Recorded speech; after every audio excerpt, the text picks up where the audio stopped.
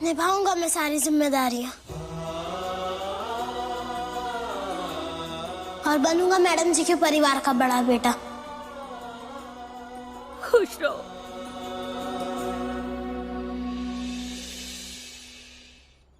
अच्छा कृष्णा, बच्चों की स्कूल का टाइम हो गया ना, उनकी छुट्टी होने वाली होगी। तुम्हारी यशोदा मैडम जी तो रो के बहुत मुश्किल से सोई है बेटा, तुम उनका ध्यान रखना, हम बच्चों को ले आते हैं। नहीं बड़ी मालकिन, आज अपनी बहनों को स्कूल से लाने मैं जाऊंगा।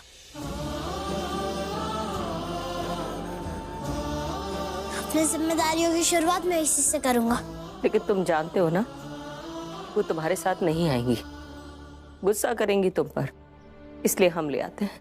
नहीं बड़ी मालकिन, उन्हें भी तो मेरे साथ रहने की आदत डालनी पड़ेगी और मुझे भी तो उनके गुस्से का आदी बनना पड़ेगा, इसलिए मैं जाऊं प्लीज। ठीक है, जाओ, भगवान तुम्हारा साथ दे।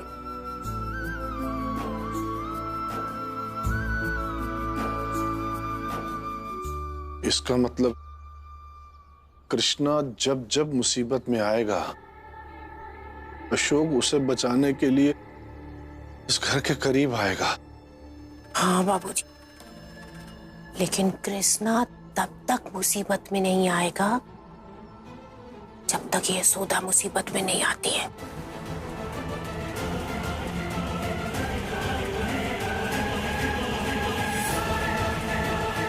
तो फिर हम यशोदा को मुसीबत में लेकर आएंगे।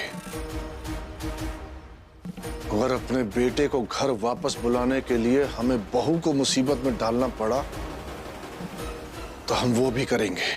बहुत अच्छे, बाबूजी अपनी बहू को प्रताड़ित करेंगे और वो साधु लौटेगा नहीं। कामिनी, तुम्हारा मकसद तो अपने आप ही पूरा हो गया। हमें हमारा बेटा हर कीमत पर वापस चाहिए, फिर उसकी कीमत चाहे यशोदा हो या कृष्णा।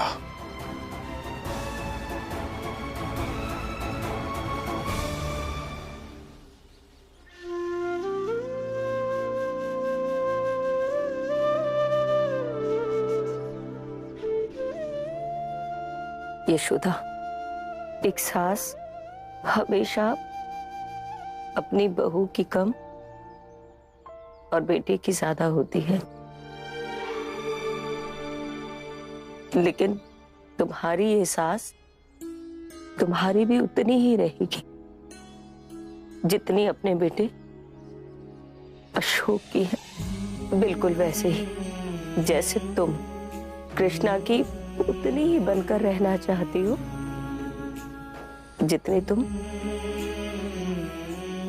आस्था और नूपुर की हो।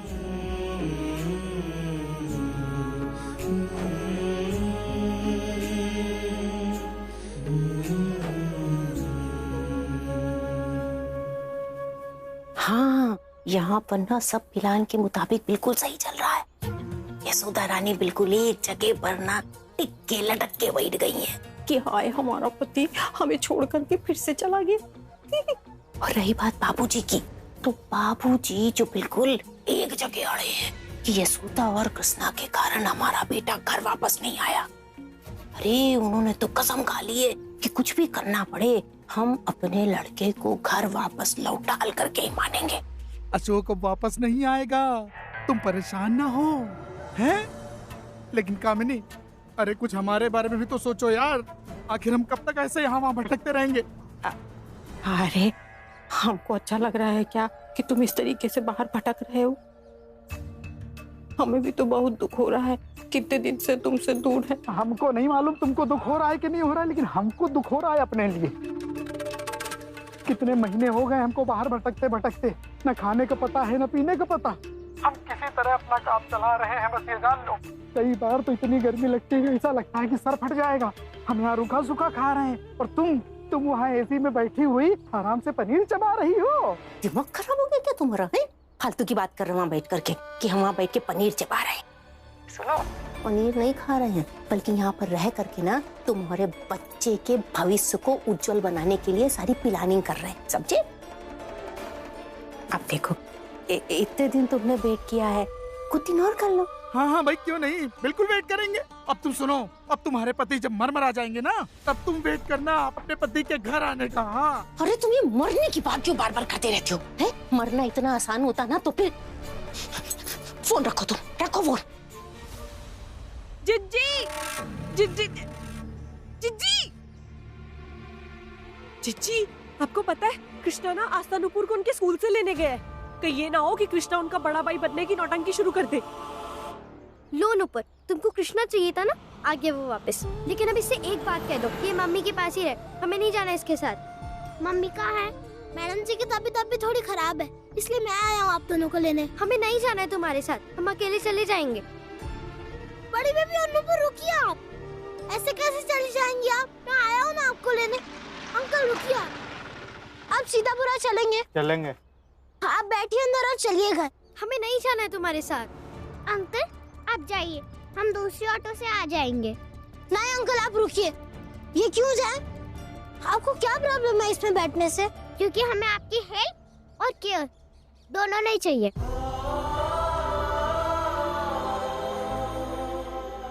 मैं आप दोनों की हेल्प नहीं कर रहा, बस मैडम जी का काम कर रहा हूँ।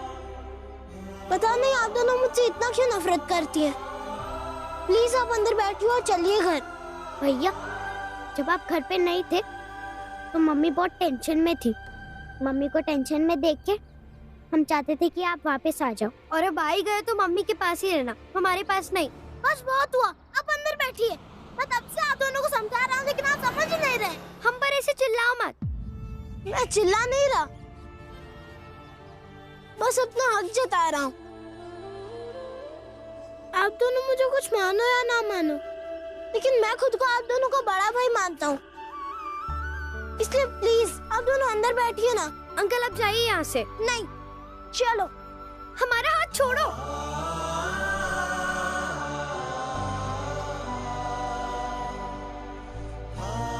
अंकल आप चलिए, मेरी बहनें हैं, बस थोड़ा नाराज है और कुछ नहीं।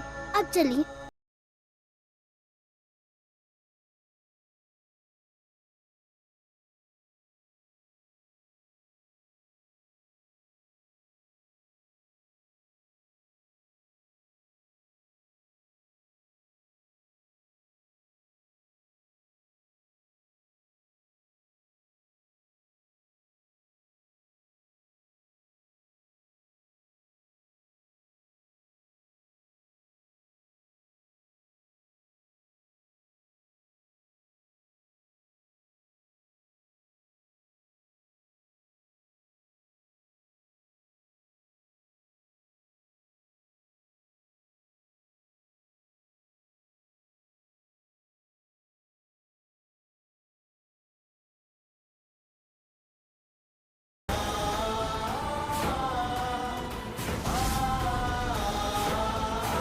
मुझे छोड़ के मत। नहीं आ जाएगा अशोक, आ जाएगा बेटा। जिस दिन भागते भागते थक जाएगा उस दिन लौट कर वापस घर ही आएगा। तब तक तुम संभालो अपने आप को, संभालो। यशोदा कहाँ जा रही हो? आस्था नुपुर को स्कूल से लाने। कृष्णा गया है, लेकर आता ही होगा। तुम बैठो आराम से, हम तुम्हारे लिए पानी लेकर आते हैं।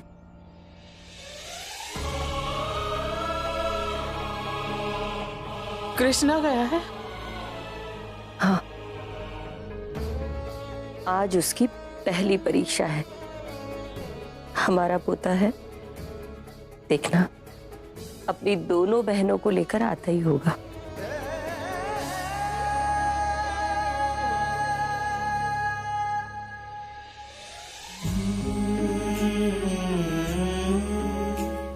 मुझे छोड़ के मत जाइए। अभी अपनी माँ की बहुत जरूरत है मुझे। कहीं नहीं जाएंगे हम। तुम्हारी माँ हमेशा तुम्हारे पास रहेगी।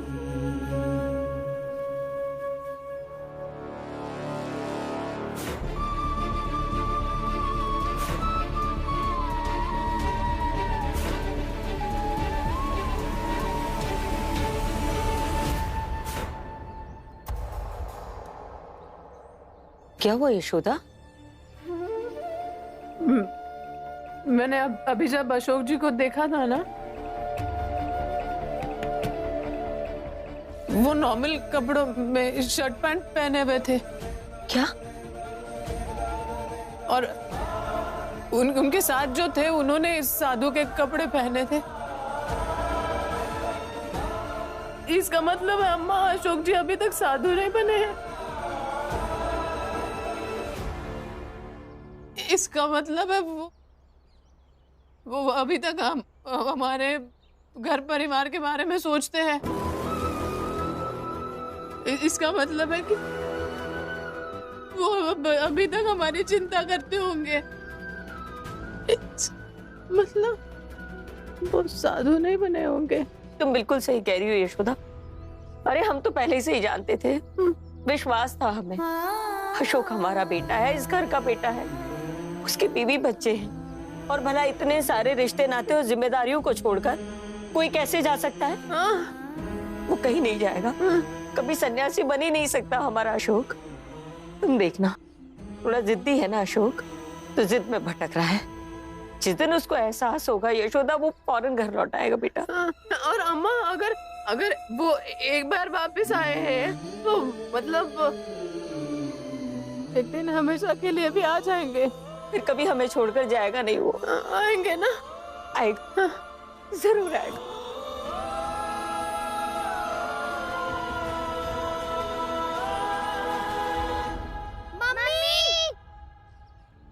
Mummy, mummy, mummy, mummy.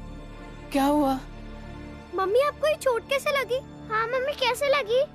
कुछ नहीं, जरा सी है। तुम चिल्ला क्यों रही थी? मम्मी, कृष्णा हमें क्यों लेने गया था स्कूल? और मम्मी, कृष्णा भैया ने हमें जबरदस्ती ऑटो में बिठाया और डांटा भी। वो हमारे भैया बनने की कोशिश कर रहे थे।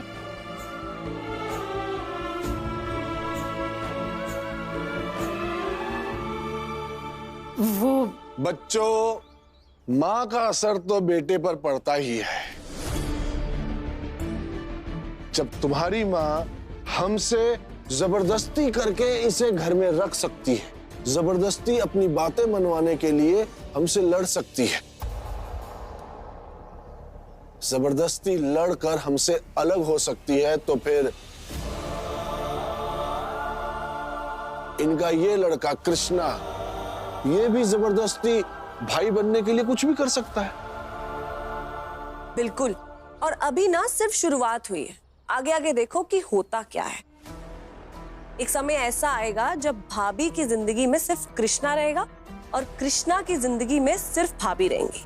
और तुम दोनों ना ऐसे इन दोनों के बीच में रहोगी और इन दोनों को देखती रहोगी और ऐसे साइड पर बैठ के बस देखोगी। बस महुआ, मेरी बेटी के कान मत भरो, ऐसा कुछ नहीं होगा। और वो भी ऐसा कुछ नहीं सोचती है। सोचा तो इन लोगों ने ये भी नहीं होगा कि इनके पापा घर छोड़ करके भाग जाएंगे। सोचा तो ये भी नहीं होगा कि अपने पापा की राजकुमारियां ऐसे इन हालात में रहेंगी। ये राजकुमारियां थी, राजकुमारियां हैं और राजकुमारियां ही रहेंगी। आप टेंशन मत लीजिए मेम साहब। अच्छा,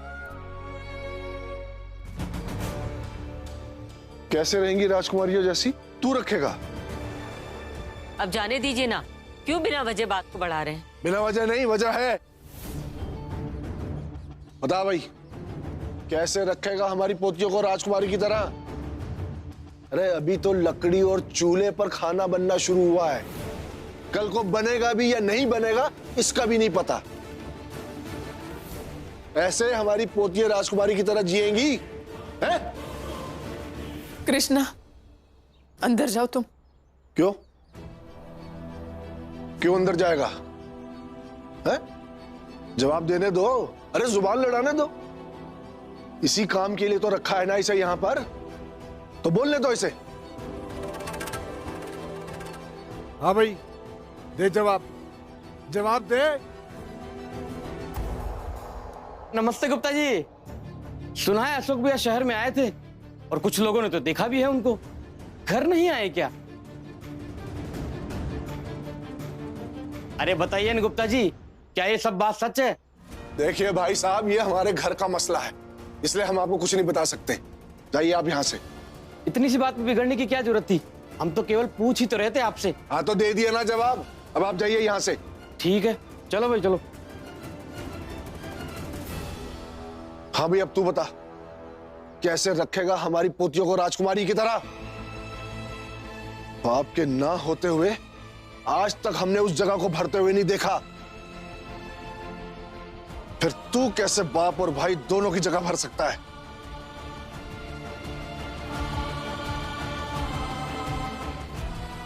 अरे कैसे इन दोनों की जिम्मेदारियों को उठा सकता है?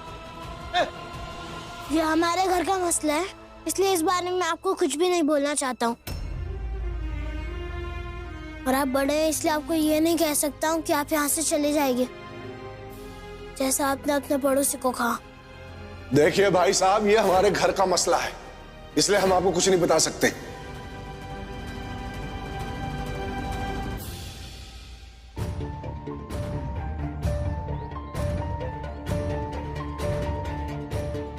आस्था, ये मोतियों की माला तुमने कहीं छोड़ दी थी? हाँ दादाजी, ये तो मेरी फेवरेट है, मैं इसे कब से ढूंढ रही थी। आपको कहाँ मिली? दीजिए। रुको रुको, अब ये माला का मसला कृष्णा के घर से जुड़ा है, तो अब यही तुम्हें देगा।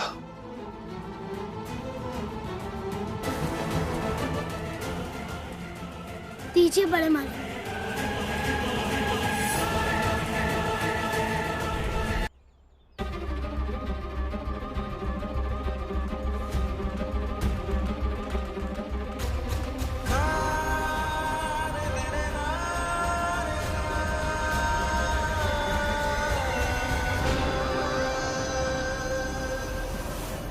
सौ मोती थे इस माला में। अब इन 100 मोतियों को बीन कर इनकी माला बनाकर अगर आस्था को दे सकता है तो दे दे। ये क्या कर रहे हैं आप?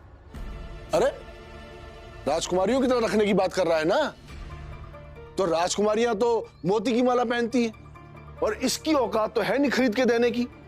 हाँ, अगर बीन बटोर कर माला बना सकता है तो बना ले। बाबूजी,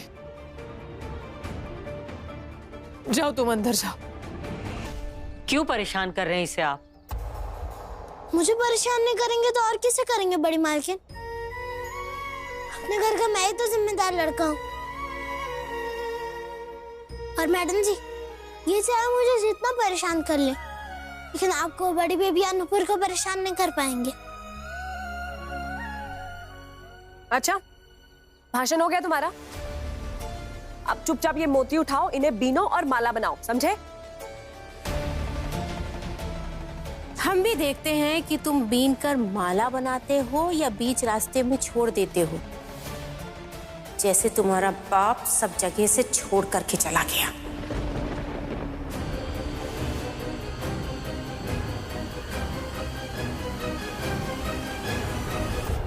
कामिनी,